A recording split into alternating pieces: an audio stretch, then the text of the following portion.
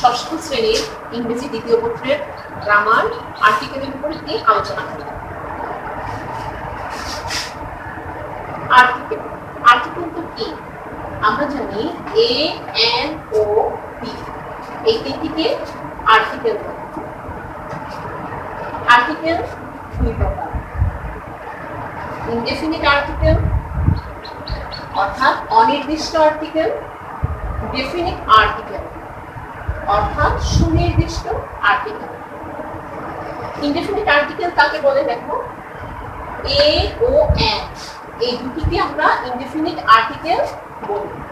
Indefinite অর্থ অনির্দিষ্ট, অর্থাৎ কোনো কিছু যখন নির্দিষ্ট করে বোঝানো হয় না সেটি হচ্ছে ইনডেফিনিট বা অনির্দিষ্ট আর্টিকেল। আর ডেফিনিট আর্টিকেল কি দেখো, ডেফিনিট আর্টিকেল হচ্ছে দা, THE দা, দাকে আমরা কি বলবো, ডেফিনিট আর্টিকেল। ডেফিনিট আর্টিকেল হচ্ছে সুনির্দিষ্ট আর্টিকেল, অর্থাৎ যখন কোনো কিছু নির্দিষ্ট করে বোঝানো হয় তখন আমরা তাকে ডেফিনিট আর্টিকেল অথবা সুনির্দিষ্ট আর্টিকেল বলতে পারি। আজ আমরা যেটা শিখবো তা হচ্ছে ইনডেফিনিট আর্টিকেল ও ডেফিনিট আর্টিকেল এর ব্যবহার, অর্থাৎ কখন ইনডেফিনিট আর্টিকেল বসাতে হয় এবং কখন ডেফিনিট আর্টিকেল বসাতে হয় সে বিষয়ে আজ আমরা আলোচনা করব। দেখো, তোমরা দেখতে পাচ্ছ এখানে তিনটি চিত্র আছে। উপরে আমি লিখেছি বুকশেলফ, অর্থাৎ তিনটি বুকশেলফ আছে। বুকশেলফে অনেকগুলো বই আছে। আমি যদি এখন তোমায় বলি বুকশেলফ থেকে একটি বই নিয়ে এসো, দেখো বুকশেলফ আছে তিনটি, একটি, দুটি এবং তিনটি। আমি তোমায় বললাম বুকশেলফ থেকে একটি বই নিয়ে এসো, আমি কোন বুকশেলফ থেকে বইটি আনতে হবে আমি কিন্তু সেটা তোমাকে নির্দিষ্ট করে বলে দিই। আর বুকশেলফের মধ্যে অনেকগুলো বই আছে এবং এটাও আমি তোমায় নির্দিষ্ট করে বলে দিই কোন বইটি আনবে। তাহলে আমরা দেখতে পাচ্ছি কি অনির্দিষ্ট একটা অবস্থা, তাই না? যেহেতু আমি একটাকেও নির্দিষ্ট করে বলে দিইনি, না বলে দিয়েছি বুকশেলফ, না বলে দিয়েছি বই। তাহলে এই এক নম্বর এক্সাম্পলটা দেখো, bring this book from this bookshelf. এখন একটিও কিন্তু নির্দিষ্ট করে বলে দেওয়া হয়নি, বলা হয়েছে কি ব্রিং এ বুক, একটি বই নিয়ে এসো, ফ্রম দিস বুকশেলফ, যে কোনো একটি বুকশেলফ থেকে যে কোনো একটি বই আনলেই চলবে। তাই এখানে আমরা ইনডেফিনিট আর্টিকেলটা ইউজ করব। আর ইনডেফিনিট আর্টিকেল কি, এ ও এন, তাই আমরা এখানে ব্রিং এ বুক যেহেতু আছে, ব্রিং বুক যেহেতু আছে, আমরা এখানে বসাবো ইনডেফিনিট আর্টিকেল এ।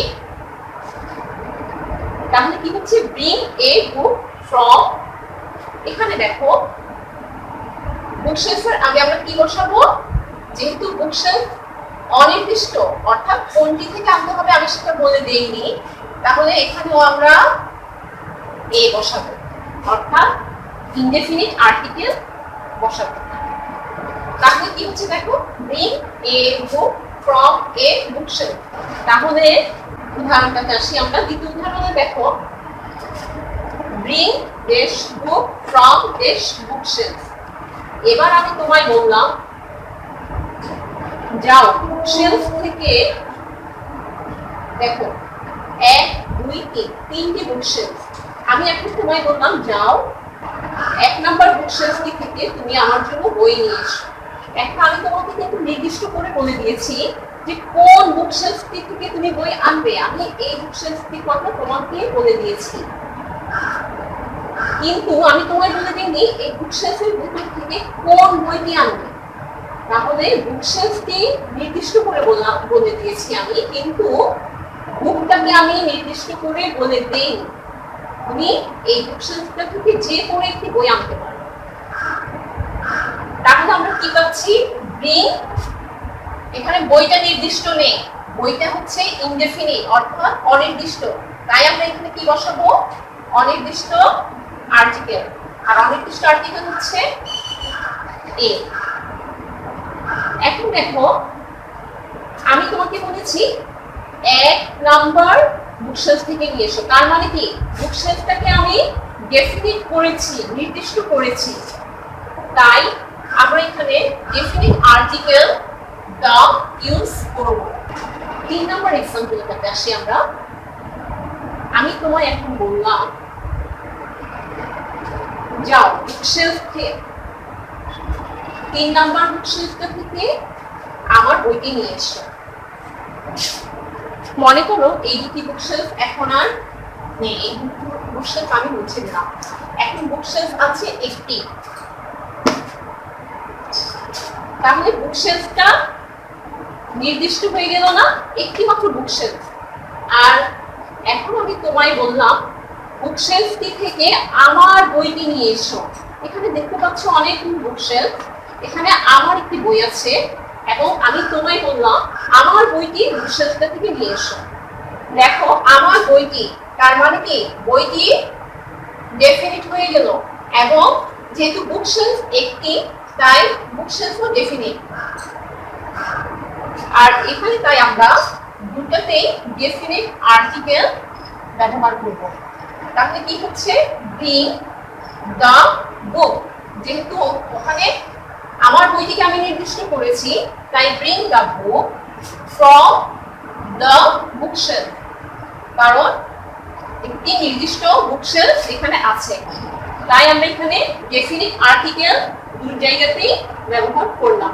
তোমরা নিশ্চয়ই এখন বুঝতে পারছো যে ইনডেফিনিট আর্টিকেল কখন ব্যবহার হয় এবং ডেফিনিট আর্টিকেল কখন ব্যবহার হয়।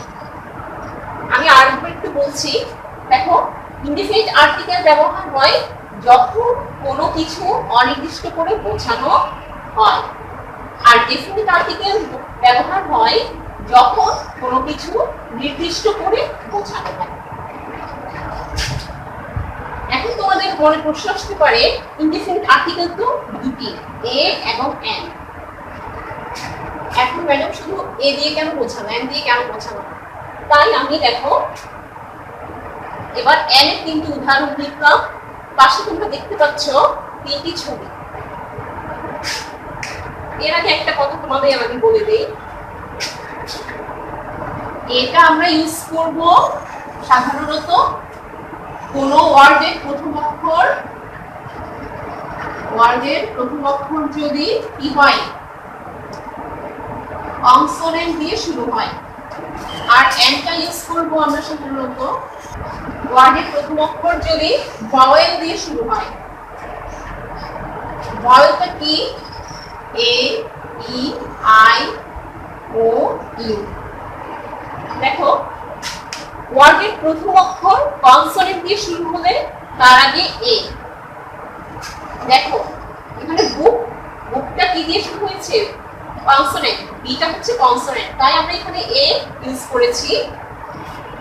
আর এখন আমি তোমাদেরকে এন এর ইউজটা দেখিয়ে দিব।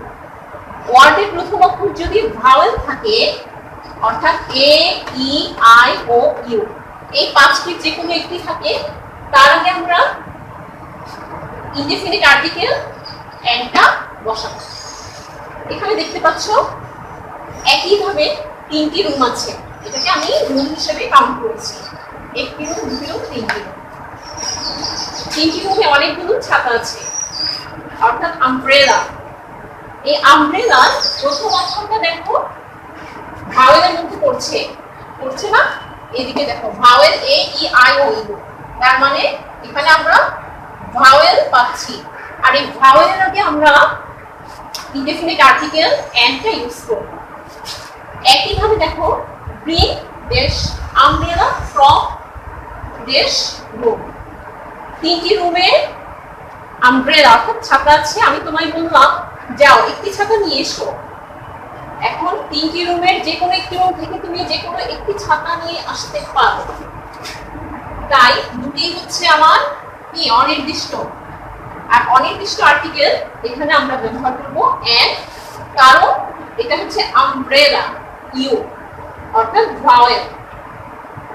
আর দেখো এখানে দেখো ফ্রম, দেশ, রুম, এই রুমটা কি কনসোনেন্ট নাকি ভাওয়েল? রুমের আরটা হচ্ছে কনসোনেন্ট, তাই আমরা এখানে ইনডেফিনিট আর্টিকেল এ ব্যবহার করব। আবার বলছি দেখো, bring an umbrella from a room. আমি তোমায় বলেছি রুম থেকে একটি ছাতা নিয়ে এসো। রুম আছে 3টি এবং ছাতাও 3, রুমে অনেকগুলো ছাতা আছে। আমি তোমায় নির্দিষ্ট করে বলে দিইনি কোন ছাতা তোমায় আনতে হবে এবং কোন রুম থেকে আনতে হবে। দুটি অনির্দিষ্ট, আমব্রেলাও অনির্দিষ্ট, রুমও অনির্দিষ্ট, তাই আমরা indefinite article bring an umbrella use করেছি এবং ফ্রম এ রুম। এখানে কনসোনেন্টের আগে এ বসেছে আর এখানে আমব্রেলার ইউটা ভাওয়েল, তার আগে এন বসেছে। এবার দ্বিতীয় এক্সাম্পলটাতে আসো। আমি দুটি রুমটা মুছে নিলাম। এখন রুম আছে কয়টি? একটি রুম।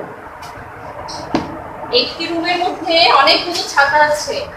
এখন আমি তোমায় বললাম ব্রিং দেশ আমব্রেলা ফ্রম দেশ রুম। যাও রুম থেকে একটি ছাতা নিয়ে এসো। এখন রুমটা কিন্তু নির্দিষ্ট হয়ে গেল, একটি মাত্র রুম, কিন্তু আমব্রেলা একাধিক, অনেকগুলো আমব্রেলা আছে, তাই আমব্রেলাটা অনির্দিষ্ট। এখানে আমরা এই অনির্দিষ্ট আমব্রেলার জন্য ইনডেফিনিট আর্টিকেল অ্যান ইউজ করব এবং রুমটা নির্দিষ্ট, তাই রুমের আগে দা ইউজ করব। এবার আসো 3 নম্বর এক্সাম্পল, ব্রিং দেশ আমব্রেলা ফ্রম দেশ রুম। রুম আছে একটি, এই রুমে অনেকগুলো ছাতা আছে। এখানে আমার একটি ছাতা আছে। আমি তোমায় বললাম যাও রুম থেকে আমার ছাতাটা নিয়ে এসো। তখন কিন্তু আমি তোমাকে নির্দিষ্ট করে বলে দিয়েছি আমার ছাতাটি। দ্যাট মিন্স তোমার ছাতাটাও কি হয়ে গেল, আমব্রেলাও নির্দিষ্ট হয়ে গেল। আর রুম যেহেতু একটি, রুমটাও নির্দিষ্ট। আর নির্দিষ্ট বোঝালে আমরা জানি ডেফিনিট আর্টিকেল বি ব্যবহার হয়, তাই bring the umbrella from the room. আজকের ক্লাস থেকে তোমরা নিশ্চয়ই বুঝতে পারলে আর্টিকেল 2 প্রকার এবং একটি আর্টিকেল হচ্ছে ইনডেফিনিট অনির্দিষ্ট আর্টিকেল এবং অন্যটি হচ্ছে ডেফিনিট আর্টিকেল সুনির্দিষ্ট আর্টিকেল। এবং এই দুটির ব্যবহার, কখন তুমি অনির্দিষ্ট আর্টিকেল অর্থাৎ ইনডেফিনিট আর্টিকেল এ ও অ্যান ব্যবহার করবে এবং কখন তুমি ডেফিনিট আর্টিকেল দ্য ইউজ করবে। যখন আমরা সুনির্দিষ্ট করে কোনো কিছু বলে দিব তখন আমরা ইনডেফিনিট আর্টিকেল ব্যবহার করব এবং যখন আমরা কোনো কিছু অনির্দিষ্ট করে বলবো তখন সেটা হচ্ছে আর্টিকেল কি, আর্টিকেল কয় প্রকার? আর্টিকেল 2 প্রকার, ইনডেফিনিট আর্টিকেল এবং ডেফিনিট আর্টিকেল। ইনডেফিনিট আর্টিকেল এ এবং এন, ডেফিনিট আর্টিকেল দা।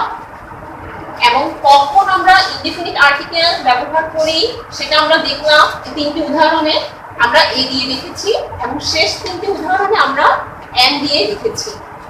আমি আশা করছি তোমরা এই ক্লাস থেকে উপকৃত হবে এবং তোমাদের কাজ হচ্ছে বাসায় এই চ্যাপ্টার থেকে আরো বেশি প্র্যাকটিস করে বিভিন্ন উদাহরণ। আজকের এই আলোচনা থেকে আমি আর্টিকেল সম্পর্কে তোমাদের বেসিক যে ধারণা সেটা দিলাম। এখন তোমাদের কাজ হচ্ছে বাসায় এই আর্টিকেল চ্যাপ্টার নিয়ে এই অংশটুকু ভালো করে আবার রিভাইজ করে উদাহরণের সাহায্যে বাসায় প্র্যাকটিস করা। I hope this class will help for you. Thank you all.